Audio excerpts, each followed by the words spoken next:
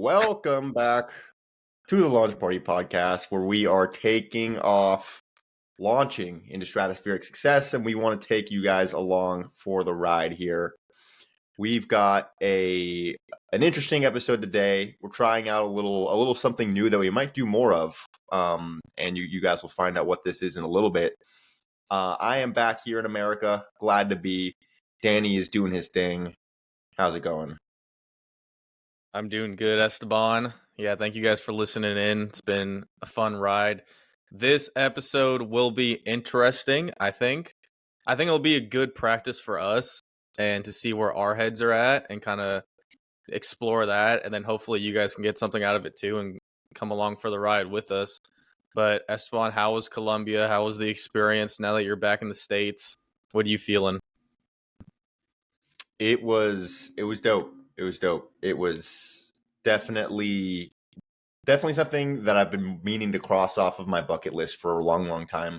Had that city on my mind for a good bit, that country, and basically just went there for a week and lived a decently normal life there for a week, and definitely gave some more fuel to my fire in terms of wanting to get out and live in a place like that sooner rather than later. So there's already a little stuff that I'm starting to miss about it. So there's a lot of conveniences over there that we don't really have here. Yeah. And just the people there are so dope. So I'll definitely be back soon. Are those the main things? Like, what was the main things that are drawing you towards that place, community? Just the overall feel, just the vibes. I know that sounds kind of cringy, but the vibes, right? Just being able to, you go outside, the weather's great, you see the trees and the mountains, you're walking to the coffee shop, you're taking Ubers everywhere and they're dirt cheap. You don't have to have a car. You're talking to the Uber driver, he's a nice guy.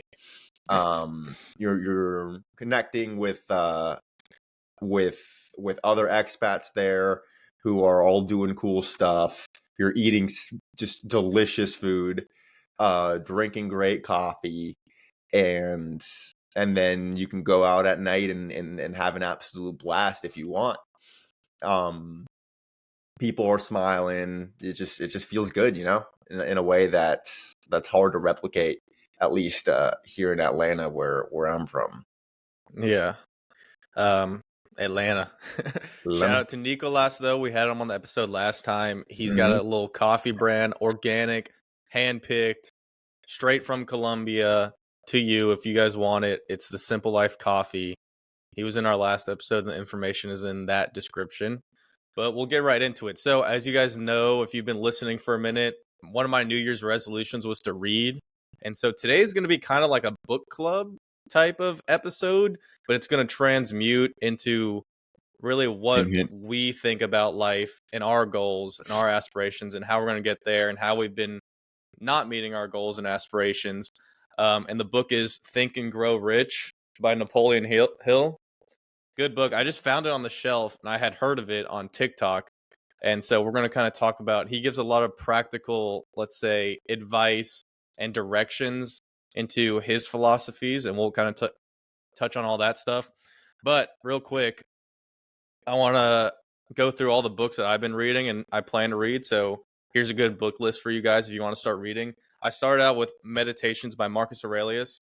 I would advise to not start with this if you're a beginner reading or haven't read in years like I had. I hadn't read a book since probably like freshman year of high school when I read that. And then I read Art of War by Sun Tzu. Great book. So both these books are kind of hard to read because they've been translated and they were written a long time ago, so the language is hard to follow. So I'll definitely read these again in the future. But what I'm reading right now, I think I just knocked out like 100 pages of it, and we'll probably get into it a little bit. Atomic Habits, which I see relevant in Think and Grow Rich. A lot of the philosophies here as well, and just in the podcast and the people I listen to, everything intertwines. When something is true, it's true everywhere, I think. And it's kind of like in classes where I'll be doing, say, like an income tax class, and then somehow in the same semester, I'm also doing income tax in my personal finance class, and so it all like intertwines. and I see it happening in real life. And then this book, everyone should read, Elon Musk by Walter Isaacson. It's a really great read. Walter Isaacson does a great job. He interviews like thousands of people, got a lot of good information. If your goal is to become rich, then where better place to look than the richest man in the world at one point? I don't know if he still is technically, but you can also just learn a lot about his kind of leadership and what you would want to emulate from him and what you really would not, and failures, and then just kind of get an insight on how, I mean, growing up in South Africa, he did very interesting childhood and just how his brain works, and then you can make your own ideas instead of listening to the modern media who wants to cast him out as a villain or whatever. You can at least make up your own mind. Let's see. And then what I'm going to read, this will probably be my next book, is Beyond Good and Evil by Friedrich Nietzsche.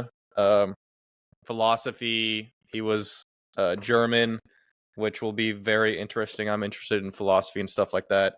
And then Karl Marx, The Communist Manifesto, which has kind of been turned and twisted into what's known today as Marxism and kind of progressive leftism. So this is kind of where it all started. So I kind of want to get a insight on that foundation. And then Ken Kesey, One Flew Over the Cuckoo's Nest. These are some classics right here. And then 1984 by George Orwell. So I'll be getting into those. Those are some classics everyone should read. But yeah, definitely don't try not to start out with hard books. I would say if you want to start out reading and you want to become a reader, start out with something like Atomic Habits. Like the pages in here are like, you got empty pages like this, so you can just keep going through. Yeah. And it makes it like a good experience for the reader. One thing here. All right. But what we're doing today, guys, I think everyone should do is have someone else you are reading a book with and then talk about it, and you'll end up learning a lot more and retaining that information if you actually discuss what you learned in the books. Oh yeah. Yeah, definitely.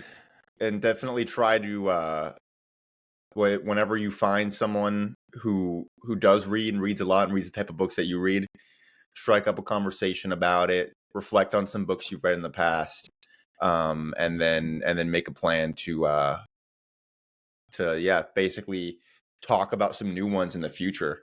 And one thing I would recommend, you mentioned Atomic Habits, I have the workbook for it.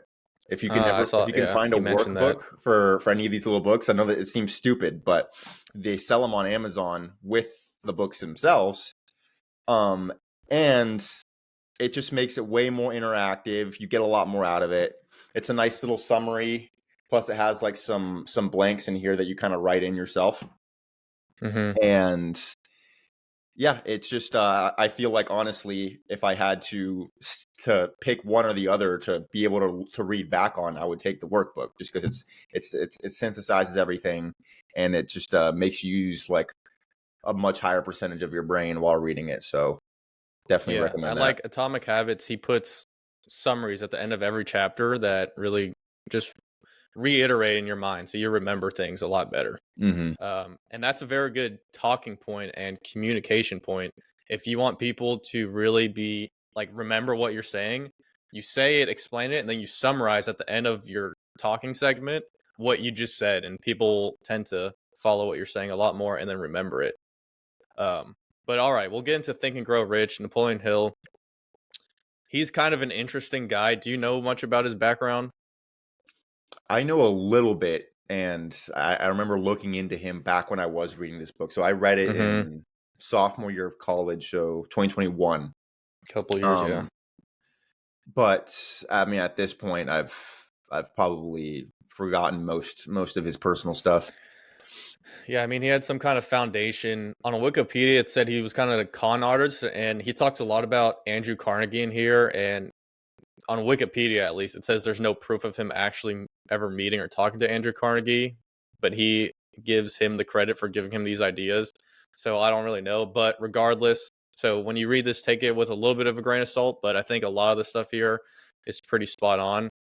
But we'll get into it. So in chapter 2, he talks about desire and knowing what you want and then making a plan. And then if you actually do that and execute, then you'll get what you want, you'll think and grow rich. So if you actually put into practice like these steps. These are kind of the main steps that the rest of the book revolves around, which is fix in your mind the exact money you desire. So if you're talking about monetarily, or the exact thing you desire, determine exactly what you want to give up for it. So what would you sacrifice to get to that goal? Establish a definite date, so a deadline. This is what I'm going to do by this time, and then create a definite plan to get that desire, and then write it out in a clear and concise statement. And then he says, say it out loud twice a day. So you can do that as well to keep reiterating it in your head. And this also goes along with Atomic Habits a lot as well, where he talks about so like Atomic Habits, the reason for the naming of the book is an atom, which is like a molecule, is a little molecule that builds up the entire organism once you add them all together. So it's about making those little steps that will lead to greater success in the future. And so what he's saying here, Napoleon Hill, it's like you got to define what you want and then make an exact path for it, and then you're way more likely to get there. Yeah, what do you think? Yeah, you'll hear him a lot in this opening section of the book using the word desire. And I know for a lot of us, we think of desire as just like, oh, like we really want something really, really bad, or I would really desire some a Chick-fil-A milkshake right now.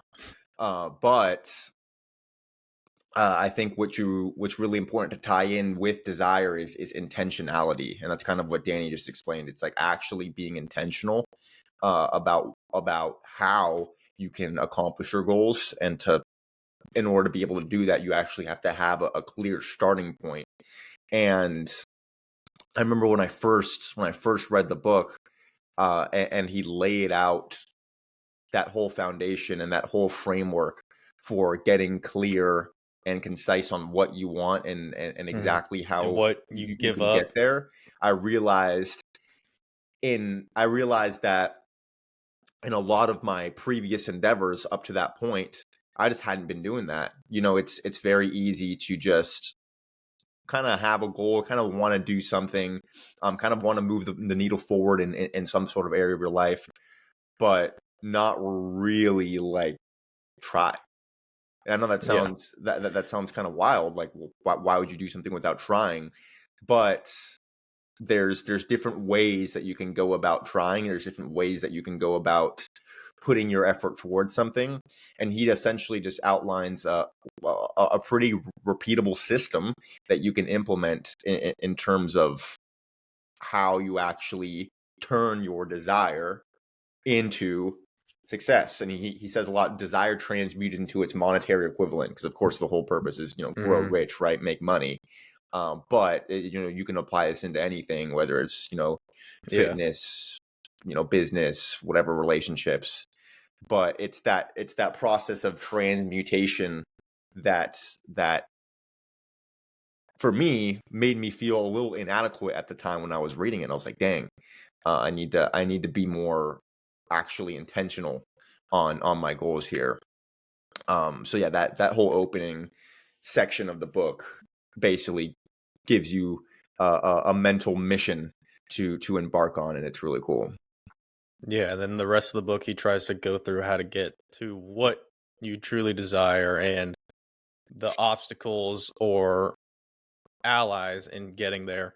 And then James Clear, and exactly what you were saying was the same thing in Atomic Habits, where he's like, all right, if you're fat and you want to get in shape, so usually a fat person's goal is, oh, I want to lose weight. Well, he's like, that's not the right way of looking at it. The right way you should look at it is, I want to be a fit person. And then how do you become a fit person? Well, you got to put in action the systems that make you become fit, and put in action these little habits that over time you'll end up losing weight and be a in shape, fit person. And then you'll lose the weight, which is what your previous goal was. You kind of have to go back to the systems. It's like, you'll never rise up to the goals. You'll only fall down to your systems. I think it was one of the quotes he has in there. And then also James Clear talks a lot about the environment and manipulating your environment so that you have the higher chance of enacting self-control. So instead of having cookies on the counter, you just throw away the cookies, because when you see good looking, delicious cookies on the counter, a cue Mm-hmm. goes into your brain, and then you get a craving for the cookies, and then you think you're gonna get a good reward by eating the cookie because it's gonna taste good or feel good or whatever.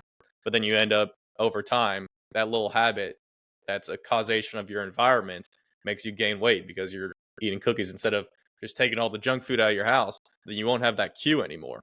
So you got to manipulate your environment, which leads to the higher probability of you being like enacting self-control. But really, you don't have to control for anything because it's not even in your environment. Yeah, that was one of the cooler parts of that book. Oh, no, this episode isn't about just that book, but cue, craving, response, reward, that whole system. And I remember when I was younger, for most of like middle school and high school, I had a little bit of extra chub. And then in sophomore year of high school was when I started really getting into fitness and dieting and like actually learning about how to lose weight and how to actually take care of your body. And I'm glad I found this out subconsciously, but I remember just absolutely raiding the kitchen of all the crappy stuff. And there wasn't too much, thankfully. Like we never were the household with like, six different cans of soda in the fridge and a bunch of chips. But yeah, I remember going through and taking just all of the crap and either throwing away what I could, or if I knew someone else was going to eat it, putting it, in a place that was going to be difficult for me to access. And then I had like this little blue basket that I put in at the bottom of one of our cabinets. And only in that basket, I put all the dry stuff that I was going to eat, like stuff that wouldn't go in the fridge. And then I had one drawer in the fridge. And I made sure that I was only going to eat out of that one drawer in the fridge and out of that basket in the cabinet. Like that was going to be my whole diet. So that way I wouldn't have the excuse of just, casually walking through the kitchen and picking up something that I didn't need. And then I read in this book and I'm like, dang, dude, that's exactly what I did. Yeah. But yeah, it's, it definitely you have to just put those things out of sight, out of mind. That's definitely a super true statement. And then what you mentioned earlier, I think is super cool about not just telling yourself that you are going to improve the habit or change the thing you want to change, but telling yourself and telling others that you are going to become the type of person who no longer has that problem. So, it's not, oh, I'm going to quit smoking cigarettes. It's, I'm not someone who smokes. I'm not a smoker. Yeah, I'm not a smoker. That's a lot more powerful than I'm going to quit smoking cigarettes, because then that's, subconsciously you're always going to perceive that as something that's only temporary. Yeah. It's a little paradoxical the way he lays it out, but I think he acknowledges that. It's like you got to change your identity to change your habits, but your habits shape your identity. So it goes in a circle. It's a little circular, but I think he acknowledges that, and it's true. Like you got to know who you want to become, and then your habits are who you become. But yeah, let's get into the meat and potatoes, Esteban. So have you really thought about this? The Think and Grow Rich. What do you desire? When do you want to get there? Have you written this down or anything? And what do you want to get? What would you sacrifice for that? I haven't done a full personal analysis on the lessons. Let's do it right now. Let's go. All right, let's do it. Because I did it back in 2021, but that's a long time ago. Things are different now. Yeah. So I mean, where do you see yourself? Where do you want to go? Who can you become? Who do you want to become? Yeah, I mean, this goes back to like episode 1, right? I would, I mean, if I'm going to apply these lessons, I want start with the general stuff. Want to have a high net worth. I want to be able to make my money from anywhere in the world. It's very important. How much?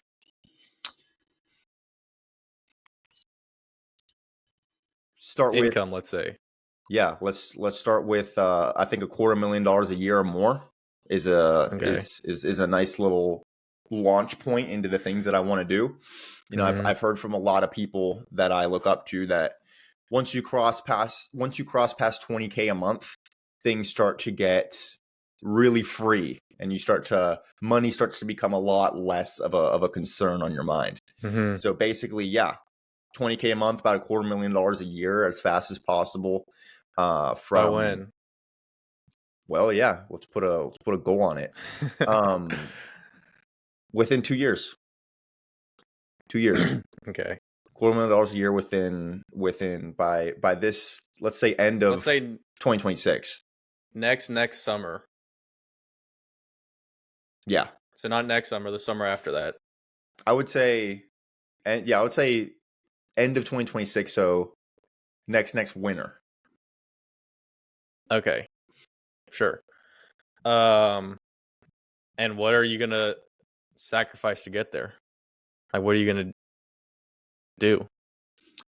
Yeah, I mean, there's already good bit I've had to sacrifice, but I mean all the normal stuff. I'm definitely gonna, from now until the point that I feel like I deserve it.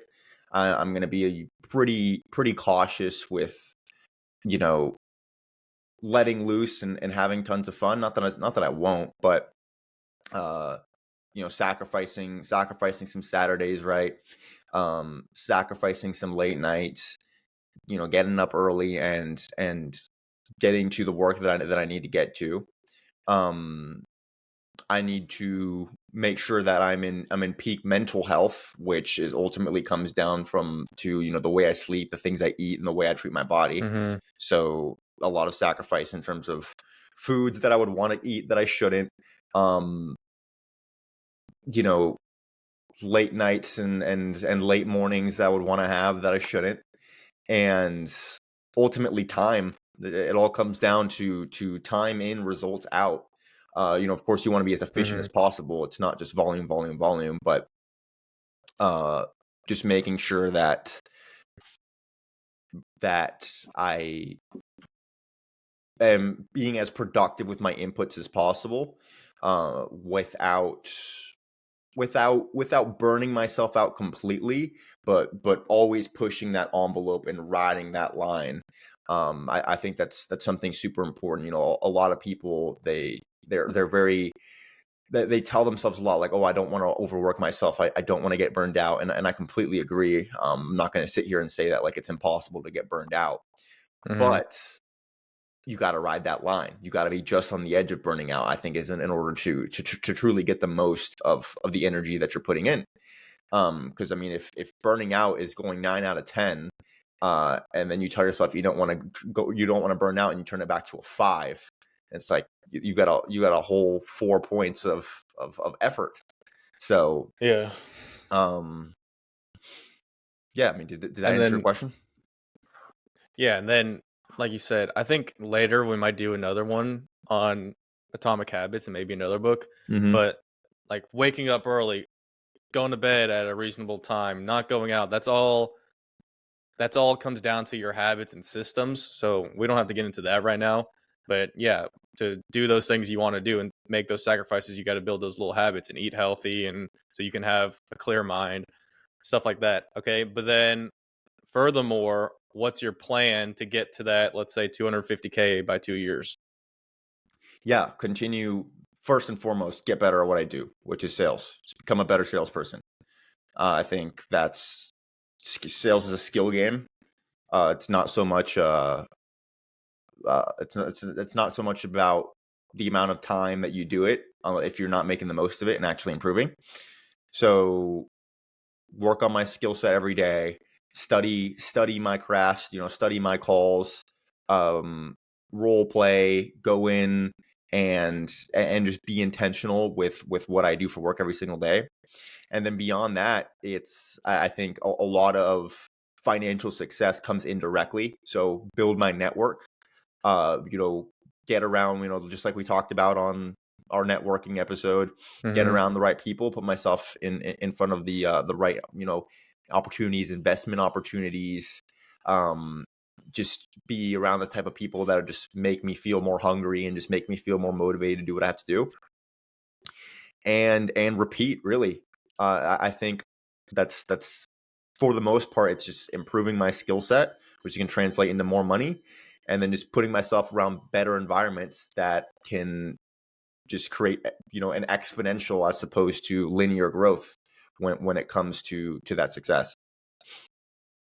Yeah, and that's exactly what he talks about in Atomic Habits as well. It's like if you get 1% better, like getting better isn't linear, it's more exponential. If you get a little bit better, you're gonna seem like you're not getting better, and then all of a sudden you'll go through this plateau and you'll become exponentially better at whatever it is you're doing once you build that habit and you start working at it. Like he did this cool example. It was like I feel like people think what they do doesn't matter, even though I think it really does. It's like those little actions in everyday life by normal, ordinary people that really keep the world from burning and transmuting into chaos.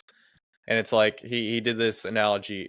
If you're in a room and it's 25 degrees, so it's below freezing, and you got a little ice cube sitting on the table, and you work hard to get the room to 26 degrees, and then 27 degrees, and 28, 29, 30, 31 degrees, you're like, oh, I've done all this work and the ice cube's just still sitting there and it's not melting.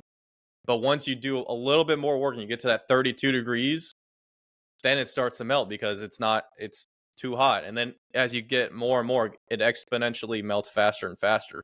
So even though what you're doing now may not seem like you're getting the results you desire, you're getting closer to those results. And then once you cross that plateau, then you'll get exponentially better. But enough about Atomic Habits. Sorry, I just read that last night. I just cranked through like 100 pages. So, well, I guess, yeah. So that's your plan. That's what you desire. Kind of on a shorter time frame. Do you have any broader things that you want? What do you mean? Like 10 years from now, who do you want to be? Can you do stuff now to get there, or is it all just monetary? And monetarily, like money is a great motivator, and once you have that freedom of finances, then you have the ability to do what you're actually interested and called to do. So a lot of times you got to start by just making the money. So then you actually, because the world we live in, you need money to do stuff and to survive. So, but yeah, like outside of that, do you have anything? Yeah, I'd say a lot of, I mean, I've talked about this, but a lot of my longer term goals just comes with, it just comes with where I am and my ability to experience the world. So, And that'll get there with the money. Right. Yeah. It's the money Probably. and the time freedom too, because ultimately over these next couple of years, chances are making that type of money I want to make is going to require a lot of time, a lot of intention, a lot of focus, and a lot of sacrifice. I think a true metric of success for someone isn't necessarily making more money. Like, of course, I would want to make more over time. But even if hypothetically, say you start making $250,000 a year and then you're just stuck at $250,000 a year for the rest of your life, now it just becomes a matter of how efficiently can I make that same amount of money. So I think over time, say over the next 10 years, by the time I'm in my 30s, what I want to be able to do is make really good money, but be able to live more of my life around those earnings. And I think that's something that definitely can't be understated. It's having the freedom to do the things that you want to do and actually enjoy the money and be able to use it for the benefit of yourself and others and your family, et cetera, et cetera. And that would be my main goal, say over the next 10 years, is to start trending in that direction where the money's still really good, but I'm more free. I'm able to do more of the things that I want. And I think that really what that comes with is building some sort of, empire, whether that's a business, some sort of brand, some sort of audience. That's how we see a lot of people in the modern world get to the point where money's just coming in, right? And then of course you have your investments as well, your real estate, crypto nowadays. Would probably be the next bull run before I really go in deep. And then by the time I'm in my 30s, that's when stuff starts to get really exciting, because the money's there, the work's been done. Of course, it's going to continue to get done, but it's not as much of a nail biting grind as it was in the early 20s. Yeah, that's what it's got to be if you want to be financially free. You got to grind when you're young. And the work you put in when you're young is worth way more than the work you put in when you're, say, 50 years old, because money and experience and knowledge has a compounding effect. Oh, yeah. Warren Buffett talks about it all the time. But, and luckily, I talked about this with my adjunct professor, who we've talked about a couple times. He's super successful business guy, owns a whole bunch of real estate and businesses down in Savannah after he got out of the Wall Street. He was a founder at a Wall Street firm. Did kind of like mortgage-backed securities type sales, but before like the '08 stuff, and then different stuff after. Anyways, and we had our last class, so he was like, "All right, I'm gonna leave it open to Q&A. You can talk about whatever you want." And I posed this question, which is like what we're talking about right now. What did you desire when you were younger, and how did you get there? And another thing was, I feel like I was like, do you ever have a calling or like a pull towards something else, but you're not really sure if that's economically viable? And so you don't know if you have the luxury to pursue that. And what he said was, I didn't have that luxury. I didn't come from enough money. I just had to do what was right in front of me. And the path was to start in finance and then get an MBA and then get the money. And then once he was able to get that monetary success, then he could pursue these services and the other things he was interested in and help the community more and stuff like that, which he's been doing a lot of. Scott Loretti, you can look him up if you're interested. So for me right now, I feel like I have to just do which is right in front of me and just be as successful as I can with that. And right now, like I said, I got a job starting in September. I got to study for the CPA.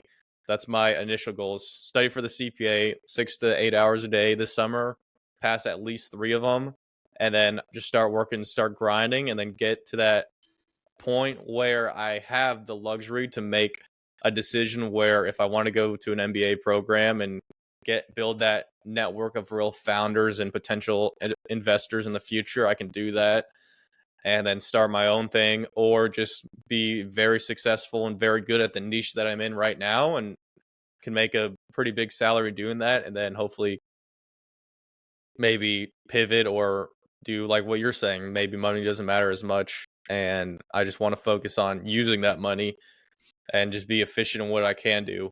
But I think the rule is, if in a free market capitalistic system, if you become more efficient and you can provide more value, then you get more in return. So it just depends on what your goals are. If you want to keep getting more and more success monetarily, then you just keep getting better and better with whatever you're focusing on. So for me, yeah, my goal is pass the CPA by the end of this year. And then I've been reading a lot, obviously. I just want to keep reading and learning and writing and thinking, and then keep doing this podcast, keep talking about what we're interested in. I don't really have, I guess, a monetary desire right now, Based besides off just of your getting better. industry, how do you think that the type of person who accomplishes the things that you want to accomplish in your field gets compensated? Oh, well, if you become partner by 35, I mean, up close to 500 to $1 million is about Okay. the range. For an early partner, probably closer to the 500, 600, but it just depends on how much success you have and how much money you bring in and value you provide. So that's definitely a viable path. I just don't know if that's the right one for me, but that's the thing about setting goals and then just putting all of your effort into achieving that. It's no matter what, we're getting better and we're actually accomplishing things. And then once we get closer to that point, then we might realize that's actually not exactly where we want to be. And we can look at different paths and be like, this is actually the path where I want to go to fulfill my potential and be all that I can be. whether it is to provide for family or just the community or whatever. As long as you're going towards something, you're at least going somewhere. You're not just sitting around doing nothing. And as you get closer to the pinnacle, right? Like a pyramid, as you get closer, there's less ways to get up. It becomes narrower and more narrow. So as long as you're doing something and going forward, then I think it becomes clearer, and easier to decide where you want to keep heading from there. But also the thing about, there's kind of this religious concept where Jacob's ladder, it's a spiraling ladder and it never ends. So it keeps just going like this, up and up. So the thing is, if you actually set a realistic goal, like of who you can become, like what your potential is, it never ends. You can still become better and better. It's that spiral. It just keeps like getting closer and closer, but it never actually ends. So, and that's kind of what the big biblical corpus, the message is there. It's keep striving towards to be like Jesus, to be perfect, do as he would, but you're never actually going to be perfect, but you can keep getting better and make the world a better place. So yeah, that's what I'm trying to do. That's cool. But let's say if I stuck with accounting, public accounting, by 35, I definitely would want to be like a partner. So that'd be like 12 years. Maybe less, maybe like 33. Is that usually when? No, that would be streamlined a little bit. Okay. But we'll see yeah. And then what about let's just say next 5 years, if you could apply this same framework to any non-monetary goals, what would be some of like the first ones you would think of? Yeah, next 5 years. Like I said, I'm trying to read and learn and become adapt to philosophy and communication and speaking, and that's a big reason why we're doing this podcast and just having ideas and be able to think through those. So I definitely want to be as sharp and knowledgeable as possible within 5 years. And then in terms of like my personal life, probably get married in 5 years, I would say. What would I be? 27, 28? Yeah. And then start having kids in a couple years after that. Definitely try within, oh man, I don't know where life is heading, but I think once I start getting married, I would want to have, like, not be right in the city, have some land, have like, I wouldn't want to be right on top of everything. But like, I don't know where that's going. I could be in New York in 5 years or Fort Lauderdale. I definitely want to be in Florida eventually. Just buy some land in New York City. Yeah, right. Yeah. So one other point that the book talks about that I want to mention is auto suggestion. I think it's a cool concept, and I've got a little looked up this little summary of it online, and I want to read it. Autosuggestion is Hill's technique for training the subconscious mind to believe that one deserves to be successful. State the action plan out loud twice a day and visualize it. If the desire is for a certain amount of money, picture the amount of money and state how this will be achieved. Read the plan often, memorize all the points. This is a form of meditation through constant repetition. So kind of intertwines with what we talked about before, but just you got to have that belief that you can accomplish these goals and that you are that guy. And a lot of it doesn't necessarily come from just blind confidence. It's not just hyping yourself up and giving yourself pep talks every day until you have the belief. But it's about, first of all, just recognizing the fact that there's an open trail in front of you and you can walk down it. There's nothing, stopping you from just taking control of your circumstances and getting to that destination. You have to have belief that anything is possible, which in a literal sense is true. And what I think makes this really easy and is the lubricant for all that is once you actually do start taking the goals that you want to accomplish and breaking them down into actionable steps, you realize that those steps aren't that crazy.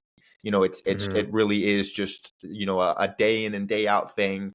And most goals, and of course you can get really, really long term with them, but I bet you 90% of what you want you can accomplish within a year or two. So it's just about realizing that the things that you want really aren't that difficult. It's just a matter of being consistent, and it's a matter of staying focused. And then I think that once you truly have that understanding, you start to look up at people differently, the people that have accomplished the things that you want to accomplish, and the people that really inspire you, instead of looking at them as these just like divine heroic beings who just have gotten to where they are somehow, some way. Maybe they were lucky. You actually look at them you actually start to analyze, I wonder what they were doing when they were my age. I wonder what they were doing 2 years ago. I wonder how they got that promotion. I wonder what kind of value they were able to bring to their company, in order to be a candidate for that. I wonder what they did on a day in and day out basis in order to put in the effort to provide that kind of value. You can start to reverse engineer other people's success, and then you start to realize that it's not that insane. Unless you want to go to the NBA or something really, really crazy. I bet you could even take the same principles and realize that it's not that hard to go to the NBA. But auto suggestion is, I think it's really cool, and I think it's something that's helped me a lot over these past like 2 or 3 years. Is just realizing that like I do deserve what I want in a literal sense. Like I completely deserve it. And you can get a little more delusional and tell yourself that no one deserves it more than you. If that's what's going to motivate you, then that's absolutely. That's what a lot of the greats, their mindset are like. They have this delusional, almost confidence. But exactly what you were saying, I was talking to my girlfriend yesterday. It's like she's a teacher and she doesn't think that she can change the world. I'm like, you're literally at the center of changing the world. You're teaching the youths of America who are going to grow up and be whoever they can be. Like you're right there in their early childhood as a teacher. But like exactly what you were saying, Martin Luther King and these great people, Abraham Lincoln, whatever, that we read about in the history books today, they were just normal people, just like you and me and everybody listening. But they were able to build a system and step by step become great and do amazing things and change the course of humanity or the course of the country. But you got to remember, these were just normal people from humble beginnings, just like you and me. Like we could do, if you really, and what Hill says here, imagine yourself successful, reflect on your past successes, set definite goals, and respond positively to life. You could get there. And then he also has this other poem he puts in about faith. I'll read a couple lines for you. If you think you are beaten, you are. If you think you dare not, you don't. If you like to win, but you think you can't, it's almost certain you won't. If you think you'll lose, you've lost. It's about what is going on in your head. You can do great things. You just actually have to believe it and then build the system like Atomic Habits. Build the little things that will eventually exponentially grow, and then you can become all that you are and all that you could be. It's facts. Mm-hmm. And then on auto suggestion, he talks about going into a quiet spot where you're not interrupted, and then just really like I guess you could say meditating, talking to yourself like every day, and you write out a sentence of like, he gave an example. By the first day of January 20th, I will have in possession $100,000, which will come to me in various amounts from time to time during the interim. In return for this money, I'll give up X, Y, and Z, and I believe I will have this money in my possession. My faith is so strong. And I guess he tells himself this multiple times a day, auto suggestion, and then he goes into this, what he calls infinite intelligence through the subconscious mind. By making conscious acts, you get what we would call like a revelation or revelation, or like a hunch. He thinks comes from infinite intelligence, which I don't know if he is Christian. I can't really tell. But what he's describing is a pretty religious concept. It's like I said earlier, ask and you shall receive, knock and the door will open, seek and you shall find. It's like if you do these things and desire and auto-suggest in your conscious mind, then that subconscious will kind of talk with the infinite intelligence where everyone's interlinked and connected in some sort of way, and these revelations and hunches will come to you, and it will just your desire will what's the quote? Will something into your monetary possession or something like that? Desire transmuted into its Your monetary desire equivalent. will transmute into the monetary equivalent. But you have to do the conscious things that will communicate with your subconscious and what he calls infinite intelligence through your subconscious. What do you think about that? The infinite intelligence part? I think it's an infinitely intelligent concept for sure. Yeah, I think it comes back down to your identity. Even if it's it's easy to tell yourself that like, oh well, maybe I'm not intelligent enough for this, but the way he breaks it down, it really doesn't have that much to do with actual intelligence or IQ or intellect or anything like that. But it's just about your identity, your mindset, and your thought process with regards to sorry if you can hear a dog barking. With regards to achieving those goals. Is that you? That's me. Yeah. It sounds like it's coming. Man, these AirPods are something. But yeah, he also talks a lot about Thomas Edison and how he failed 10,000 times before he was successful in inventing like the light bulb or whatever. And it was that auto-suggestion through infinite intelligence that gave him the hunch of how to actually solve the problem and create that invention. But it takes time, effort, and 10,000 failures. And he also talks about how a failure is not really a failure. It's just another step towards success. And if it's not a failure if you're actually learning something. But yeah, he talks about the major attributes of leadership, which I kind of want to get into a couple. Unwavering courage, self-control, which I think is good. In order to be a great leader, I think, and Donald Trump is kind of an antidote to this in some ways, is have that great emotional self-control and intelligence, whereas no matter what is going on, you're always sharp and you're always there and you're not influenced by your emotions. I think that's a good part of that self-control, keen sense of justice, definiteness of decision, definiteness of plans, which we've been talking about, and then a habit of doing more than paid for. I think is a great piece of advice, whether you're in corporate America, whether you're in sales, whether you're trying to become an athlete. You got to do more than what is expected of you or what you're getting paid for in order to, number one, be a great leader, lead by example, and number two, in order to progress, to get better, and then ultimately achieve that promotion or that success. To become a professional athlete, you got to do more than what everyone else is doing to be great. Yeah, that's a good one. The way I had explained that concept explained to me one time is, in order for you to actually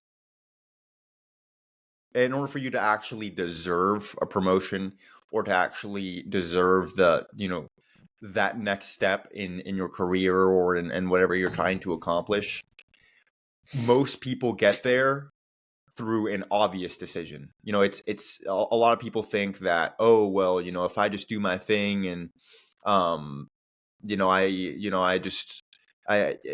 show them that I'm good at this, then when they look at all the potential candidates, I think they'll pick me. It has in order for you to actually have control over that circumstance and just guarantee that you can be the one who gets that promotion. It has to just be extremely obvious that once the position opens up, oh, this guy went to go work for another company. We have an open position. Boom, Danny is like our guy. Like everyone knows. Like you wouldn't even have to. Yeah. You wouldn't even have to ask us. Everyone in the company knows. Like, oh yeah, it'll probably be Danny. And most of the time, that's how promotions are made. That's how people work their way up. It's rare for an employer or for or even if it's a customer deciding to do business with a field of companies, it's rare for them to look at all the options and weigh out the pros and cons. Like, no, there's usually going to be one that shines above the rest, and boom, that's who they go with. So, in order for you to be that guy, you just have to do more than what you're paid for, and then, but in reality, you will get paid for it in the long run, because that's going to come in, in the form of that promotion or that sale or whatever upgrade it is. So it's I think it's important to have that be your default, instead of telling yourself I want to compete with everyone else. It's like, no, like I want to just be head and shoulders above everyone else and go from there. And then that's how most people who do the things you want to do have actually done them. It's not just by edging everyone out a bunch of times. It's about being number one on, the unanimous MVP is what you want to be. And in a way, it also discourages your competitors, because they're like, he's already going to get the promotion, so they don't even try as much to get it. And you really just gotta put in the work, and like you said, rise above the rest, no matter what it is. Definitely in corporate America. And sometimes, things are political, and someone will end up getting a promotion or something else that you think you deserved, but over the course of time, you will win out on average. And so that's the key. And he talks about this in Atomic Habits. It's like, some of your habits are going to be bad. Sometimes you're going to make bad decisions, and those you're going to make decisions that you wouldn't want to make to get to your goal or to become who you want to become. But it's just like a scorecard, just like in any election. You don't have to win every single vote. You just have to win the majority. So if you're making the majority the right decisions and have the majority of the right habits, you're going to get exponentially better. But Hill, this is kind of interesting. The 30 major causes of failure he talks about. He talks about unfavorable hereditary background, so where you're from, I guess. Lack of a well-defined purpose in life is kind of the biggest one, I think. Self-discipline, bad health, insufficient education. And he talks a lot about Henry Ford. Guy didn't even go to upper education. I think he just did high school and ended up building an insane empire, and is thought of a revolutionist in his field and making cars and brilliant. But he talks about this mastermind group that Ford had, where he wasn't the smartest guy, and he didn't know much about engineering or marketing or advertising, but he had this mastermind group, Hill calls it, of the people that filled in those blanks. So I think this is a great advice if you want to start a company. Say you're like me, you're well adept in accounting and finance. Well, I probably need a pretty good sales guy, and a guy that can get other people on board with ideas better, or marketing. And then you need people that know a lot about manufacturing if you're doing a good, or managing for people. So you need to fill in those blanks of, and he talks about this in the book, you need to take count of what you do know and what you do have expertise in, and then take count of what you don't know and how you can fill in those blanks. And that's what builds that mastermind group. You got to find those people around you that fill in the blanks. Yeah, it's about running your life like a company, and treating your network like a board of executives. And I thought that part of the book was really cool. And basically, he outlined a group of people that he looked up to, who he would in his mind look to for advice. People like Andrew Carnegie, and there were a few others. I think Thomas Edison was a part of that group. Who Ford, he had like his mental board of executives to help him make decisions and help him do the right things. But then, of course, in a practical sense, I think once you, in order to truly apply this into your own real life, you just have to be very cognizant of the exchange of value that's happening between you and someone that you connect with. even if they're just a friend, even if, it's one of your buddies, it's someone that you meet that you just kind of hang out and shoot the shit with. It's important that you're providing value for them. You're making their life better, you're making things easier for them, and they're doing the same for you, but it's in two different ways, right? Everybody has different attributes and different skill sets, and if you can be intentional with the type of people that you surround yourself with based off of the type of skill sets that they have, then it's like you're always a phone call away from a solution to pretty much any problem. Mm-hmm. And I think that's really cool. You hear a lot of famous CEOs will say, if I'm the smartest person in the company, then something's wrong, right? Like, I want to hire Mm-hmm. people better than me, I want to hire people smarter than me, and I'm just the facilitator of it all. Whereas, maybe you'll see, like, Adolf Hitler was a really good example. In the beginning, when he was rising to power, he was building up the Nazi Party, and flipping Germany around.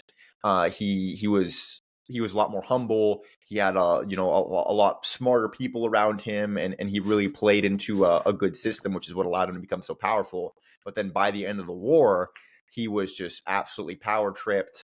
He only wanted yes men. He didn't want to take no for an answer.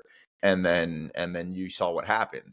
Of course, there were a bunch of other reasons why Germany lost that war, but it's important to humble yourself to the skill sets that other people have.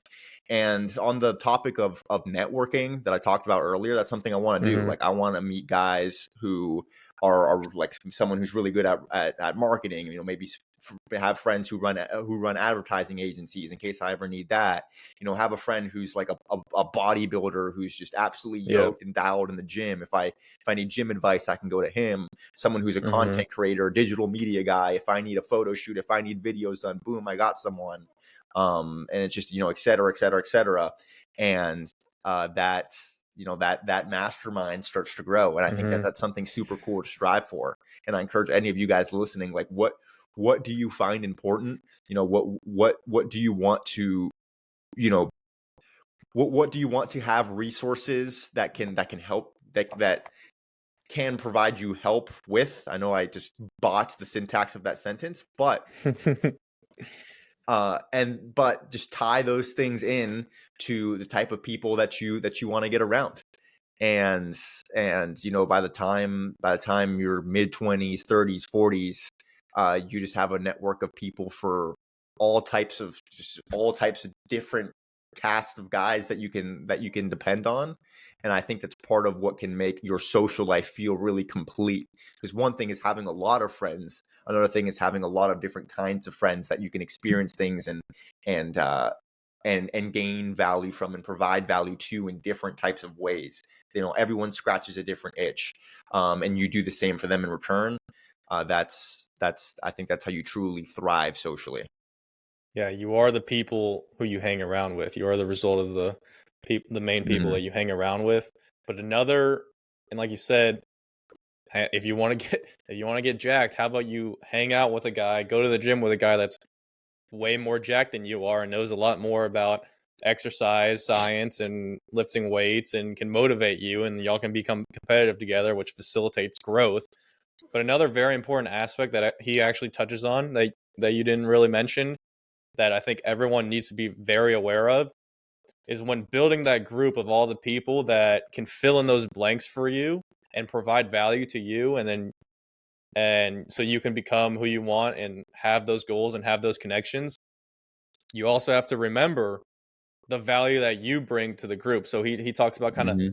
making sure the group is synthesized at all times, and you don't do anything to unsynthesize that, and you continue to provide value to all the people around you.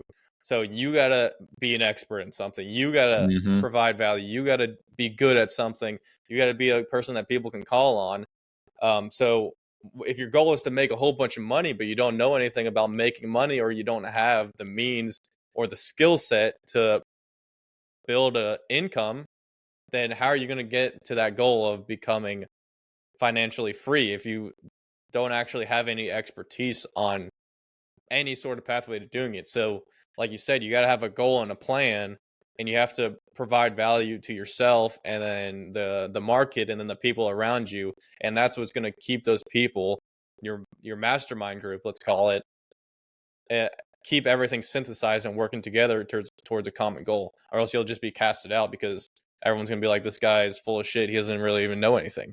And unfortunately that happens, and then you'll end up in a group that you don't want to be in, and then you are who you hang around with. Yeah, you can't be freeloading out here. Yeah, you got to provide value. So he's got a questionnaire here for personal inventory. Do you want to go through a couple of these? Sure. Have you attained the goal that you established as an objective for this year? I'm asking you. Wait, read that again? Have you attained the goal that you established to be the objective for this year? I guess not. I don't know if I've set one specific goal to be my overarching objective of the year. Maybe I need to do that. Well, we've been doing this that was one of our goals, to do the podcast weekly. Yeah. I guess on a smaller scale, yeah.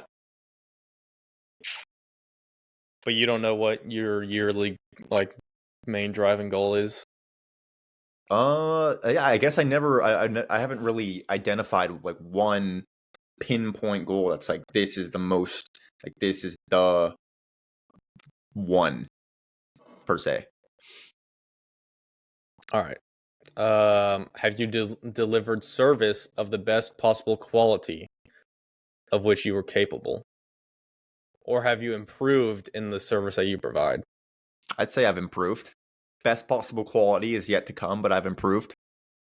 I would say so too. I mean, go ahead.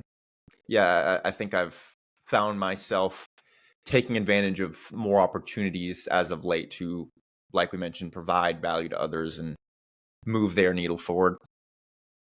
Yeah, I would say so too. I've just, like I said, one of my goals was to read, and I've been reading a lot and become smarter and try to be more articulate and a better communicator. So I think this podcast has helped in a lot of those ways.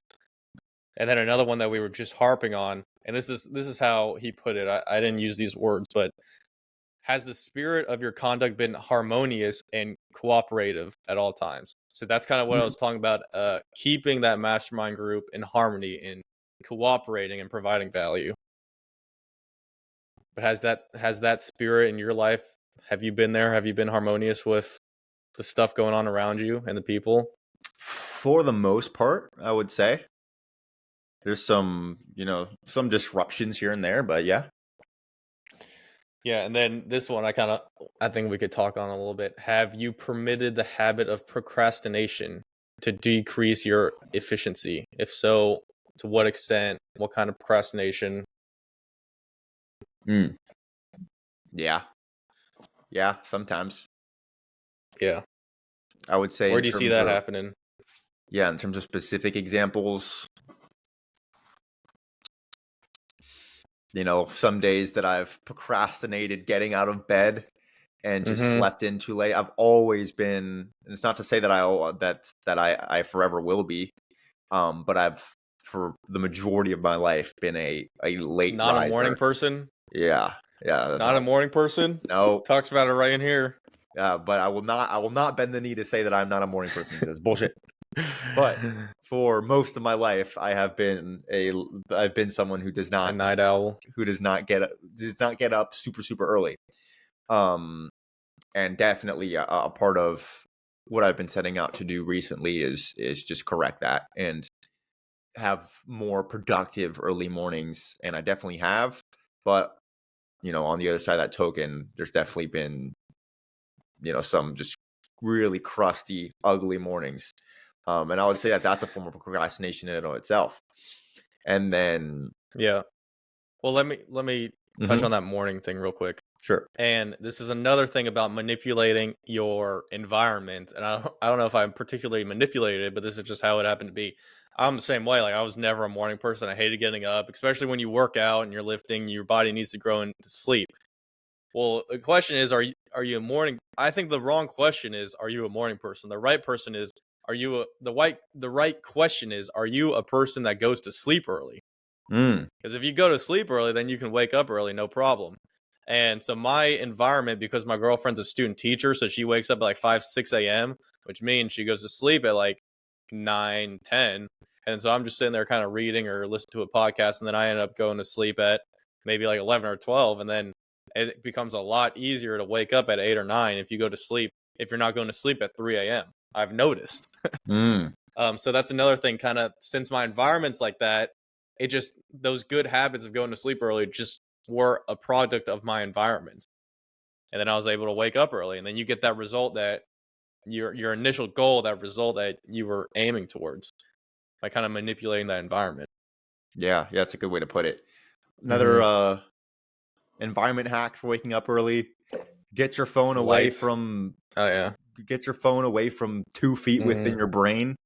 Put it somewhere. Like what I personally do is I have it here in my office, and then in my bedroom is where I sleep, and then I have a sunrise alarm clock in the room that goes off, and then if I snooze that one, then my phone's going off in the room, so I gotta walk all the way over to grab it. But yeah, we could probably do a whole episode on sleep and sleep schedules and stuff like that. I mean, yeah, what do you think about this whole procrastination thing? Because we've had an experience with a friend back in the day about procrastination, and he exclaimed it to be so bad that he literally just can't do, let's say, an assignment, because he's just a master procrastinator, and he just can't do it. It's impossible. I mean, what Yeah. do you think about that, and how do people combat that? Do you Yeah, I have mean, I think most of that comes down to identity. I think most of a lot of detriments that people have comes down to what they identify with. You know, a lot of people just tell themselves, "Oh, I'm so lazy, ha ha ha. Oh, like I'm a master procrastinator. yeah, I'm a big procrastinator. I always put things off till the end." And Yeah. I threw in the little ha ha ha because I think some people they find it funny, and they find it like a redeeming trait. I think that's where you can start to really go into a death spiral in the long run, is if you see some crappy trait that you have, like, "Oh, I'm not a morning person. I never wake up early, ha ha ha." And to you it's like a good thing. It's like kind of like a it's like kind of Yeah. it's kind of funny, kind of cute. It's kind of like, it's just how I am. It's like your little badge of honor. Like, no, get rid of that. Get rid of that. Yep. And then you'll actually be able to step into the type of person who doesn't do those types of things, but can't put the cart before the horse. I would say for someone like that, that's all just the way that they identify. Because I mean, ultimately, anyone cannot procrastinate. Like, you literally can do your assignment right when it's assigned. Like, Right now. back in fifth grade, you could have read the book and done the book report at the beginning of the summer, but you never did. You always put it Yeah. up. You put it off till the end of the summer, me included. So yeah, I mean, that's just it's a flawed identity. It's a flawed mindset. And that's, I think something like that is fixable in not necessarily a snap of a finger. It's going to take a little bit of time, but very quickly. Yeah, it talks about that a lot in Atomic Habits too, procrastination. And one thing you can do is, he calls it habit stacking, where so you always have these habits that you do every day without fail. Maybe it's brushing your teeth, cup of coffee in the morning, getting on your computer. So you can, once you have this habit, you can stack something on top of it and put it into the framework where whenever he gives an example, whenever I brew a cup of coffee in the morning and sit down, I will meditate for 2 minutes. So he does the coffee like he always does without fail, and then right afterwards, he's in that he builds that habit on top of that habit of meditating after the coffee, and you can keep building on top of those. It's because you're gonna get up in the morning and put some clothes on. So how about after put clothes, you brush your teeth, and then after you brush your teeth, you say, always after I brush my teeth, I'm gonna whatever afterwards, and then it kind of kickstarts that new habit on top of an old one. Yeah, that's a cool one. It's So like instead of whenever I put on my computer, I'm gonna turn on my computer, I'm gonna start my homework because you're always gonna turn on your computer and get on. mm-hmm. So how about right after that you start your homework instead of looking at social media or opening up YouTube or whatever it is, starting playing video games right whenever you turn on your computer. Yeah, it's associating the habit you stacked on the habit you stacked with the completion of the previous task. Like that example, like you're not actually done with the coffee until you meditate. Like, yes, the cup is empty, but like you didn't finish because you didn't meditate. And including layers like that into your life are really cool. And then he also says to form any good habit, kind of on the same note, make it obvious, make it attractive, make it easy, make it satisfying. Take the habits that you want to implement and just make them as pleasant as possible, without obviously reducing their effectiveness and just making them completely altering what they are. And then if you have a bad habit, you want to make it invisible, make it unattractive, make it difficult, make it unsatisfying. So you have to start associating some pain with the things that with the habits that you want to break. And on the topic of procrastination, you have to you have to set things up in such a way to where it actually hurts to procrastinate. Because I mean, one thing is seeing in a 0 on your grade portal, but I mean, if that doesn't even matter to you, then you're just going to keep getting a bunch of zeros, and then eventually, when you don't graduate or whatever, you don't get the opportunity that you wanted, then that'll hurt. But it's if you wait until the ultimate consequence in order to feel any pain, then you're just going to head right for it. What you need to do is you can take smaller consequences before that and create pain along that route. Yeah. So that way you're walking through cactuses instead of walking on clouds all the way to hell. You got to build those small things, small systems, those atomic habits, which end up slowly but surely building up the entire organism. And then procrastination, Hill talks about some of the symptoms of lack of persistence. Procrastination with or without cause, which is usually backed up with a formidable array of alibis and excuses. And like you're saying, oh, I'm a master procrastinator, I just can't do it, I got other stuff to do. You always have these excuses in your head that you think are valid, but they never are. And so you gotta just try to get rid of those excuses instead of passing the buck. Array. Yeah, formidable array. The habit of relying on alibis instead of creating definite plans for the solution of problems. So if your problem is procrastination, so you never get your work done, figure out a solution, manipulate your environment, build up the little habit stacking, whatever it is you got to do to solve those problems. And then another one I like is lack of interest in acquiring specialized knowledge. It's like for what we're doing right here, reading these books, talking about it, trying to become adept and the knowledge that they bring. And we have an interest in doing that. And I've been reading all these other books, whether it's philosophy, political, or success wise. You know, you gotta have that interest in becoming more knowledgeable for whatever it is, whether it's in accounting, finance, sales, talking to people, marketing. You got to keep learning and keep getting smarter throughout your life in order to become all that you can become. Yeah, I was going to mention his take on specialized versus general knowledge, and that in order to actually grow rich, you need specialized knowledge. You need to find some sort of niche or some sort of angle that you can attack the marketplace in, and that's how you're truly going to explode from there.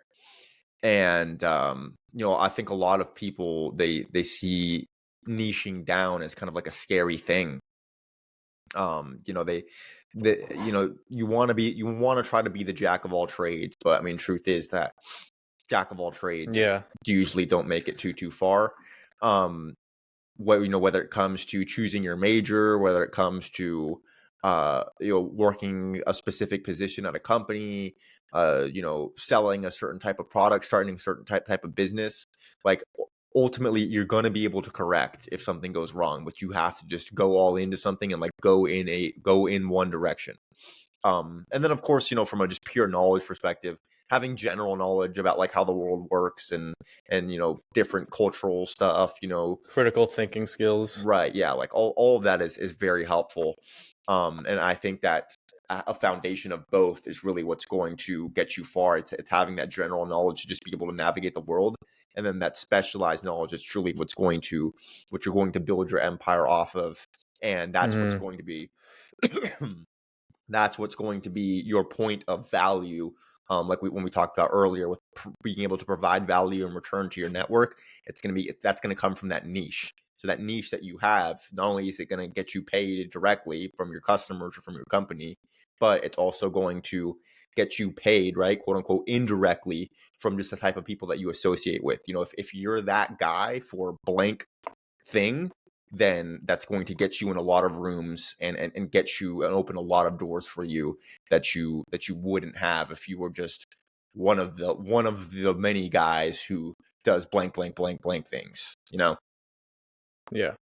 And in a truly competitive marketplace, you have to be competitive at a certain thing in order to be compensated. And I read this other book, I think it was called The Go Giver, earlier this year, and he was saying your compensation is directly impacted on the amount of value you provide, and then the amount of compensation you receive is a direct result on the quantity of people you can provide that value to.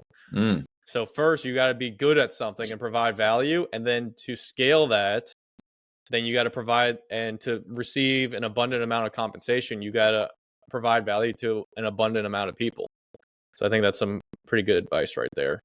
Yeah. Same along the same lines we've been talking about. Yeah. Bill Gates has a lot of people using Windows on their computer. Apple, Steve Jobs, a lot of people buying Teslas. I mean, the last thing I've pinned here is these self-analysis test questions. Do you want to go through that? Or do you got to run? Isn't that what we just did? No, that was something else. All right. Screw it. Do you find fault with other people at the slightest provocation? I think sometimes I can be a bit guilty of that. Like I would consider myself someone who's very just very aware, and like if somebody did something wrong, like I'll definitely notice it sometimes, but I think the maturity comes in what you do with that.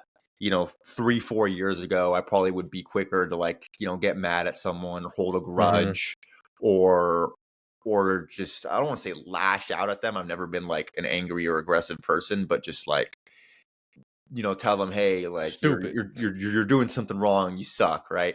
Yeah. Whereas now I think I'm a lot more reserved, and I'm a lot more strategic with what I do when I feel like someone is is at fault for something. Yeah, I guess that's my self-analysis on that point. What about you? Yeah. I mean, I agree. That is a part of maturity, is understanding that other people aren't you and nobody's perfect. And I think one of the biggest faults in some kind of ways, but it also works out for Elon Musk, is he expects everyone to work 100 hours a week and grind till 3 a.m. every day because that's what he does. But in reality, people aren't built like him. And I think in some ways he's maturing and realizing that. And so if someone doesn't live up to his standard, then he's just like, you're fired. Whereas you got to kind of mature in that way and understand that not everyone's built like you and not everyone's the same person as you are. But then on the same lines, it says, are you sarcastic? On the same lines of that previous question, are you sarcastic and offensive in your conversation? I wouldn't say so, thankfully. I mean, if I'm taking that in a literal sense, like using a lot of witty, passive aggressive, petty sarcasm, I think I don't have too much of that in my vocabulary. Yeah, I don't think I do either, except when it comes to comedic relief. I try to be sarcastic or Yeah. talk shit, but like I don't really. It's just based on comedy. But in terms of like what you said in that literal sense, I don't think so either. I don't think either of us are gonna say yes to this question because of. I would say we're both on the spectrum of narcissism. And that's probably a good thing in terms of being successful because you got to, like you said, you got to believe you're good in order to do great things. Mm-hmm. Do you complain often of feeling bad? If so, what is the cause? No. Nope. But I would definitely, I read that because I think people that are listening, you got to answer this question. Do you feel bad? Do you think you feel bad? Do you make excuses for yourself? You got to look into that and be like, what is causing this inside of me? Am I fat? Am I not good looking? Or am I not? Do I feel like I'm not smart enough? And then you gotta say what's the cause, and then find a solution, have a goal, and then build the systems and make a definite plan in order to solve that problem. Yep, and recognize that the act of complaining, you hear all the time, don't complain, don't be a complainer, but it really does have a deep rooted impact on your success and what you're going to be able to do. Because I mean, if you something happens that makes you feel bad or feel uncomfortable and you just announce it, whether to others or to yourself, like that just kind of that just ingrains that negative feeling into a state of permanence in your mind. Like for example, and this kind of touches to what I said earlier about people having self-deprecating humor and thinking that their bad habits are cool. But I mean, let's just like you've all heard of that guy who's like, man, I only got 4 hours of sleep right now. Last night, I'm so tired right now. And he just like announces that he's like, man, like I can't do this right now. Like I only got 4 hours of sleep, man. Like I just count me out. And it's just like if you're announcing to others or to yourself that you slept like crap, you didn't go to bed early, and then now you feel really bad. First of all, you're going to start identifying with that, and you're going to start using that as like a point of character. It's like, yeah, I'm going to be the 4 hours of sleep guy. And second of all, you're not going to feel any more energized. That's not going to help you get through your day. It's not going to help you, finish the workout. It's just going to make it worse. So yeah, just don't complain. And there's this poem "If" by I think it's Rudyard Kipling or something like that, or Rudolph. I don't know. He does a line in there, and the poem is about becoming a man, and at the end it's like, if you can do these things, the world is yours and all that is in it, but more you'll be a man, my son. But the line he says about that is, if you can bet all your winnings on a simple round of pitch and toss and lose, but yet breathe not a word of your losing, then you can be a man, like I said earlier. So if you can put everything you can on the line and lose, but still and not tell the whole world, oh, I'm a loser, I'm a victim, then that's a part of being a man and maturing, and eventually achieving success. You got to be able to put yourself on the line and be humble and mature enough and wise enough to not complain and become a victim. Then one last thing from Think and Grow Rich. He has this list of 55 famous alibis or like excuses. The last one is if only. They all start with if only. So if only I weren't so fat, if only I hadn't failed, if only I knew how. The last one is if only, and this is the greatest of them all, I had the courage to see myself as I really am, I would find out what is wrong with me and correct it. Then I might have the chance to profit by my mistakes and learn something from the experience of others. If I had spent more time analyzing my weakness and less time building alibis to cover them. So exactly what we're talking about. You got to be able to look into yourself, understand where the problems are, and then build solutions. And even if you fail, know that that's not really a failure. You're still growing from those experiences and becoming a better person of yourself and then the community around you. And But yeah, in recovery and like addiction recovery, a lot of people will cite the serenity prayer. God grant me the serenity to accept the things I cannot change, change the things I can, if I quoted that right, and the wisdom to know the difference. Yeah. So like you gotta, that's a good one. You gotta have the serenity. You gotta have the consciousness to look at yourself objectively, accept the things you cannot change. Don't even think about those anymore, and then go change the things you can. Yep. Serenity prayer. Well, that's a good place to end it, I think, Esteban. Thanks for joining me. Thanks for everybody listening. If you guys want to be on the podcast in the future, please let me know. We'll have some more special guests probably next week, but we would like to have someone we don't particularly know in real life on the podcast. I think that'll be an interesting conversation to have. But it's been real. Thank you guys for listening. Yep. Think and grow rich. Think and grow rich.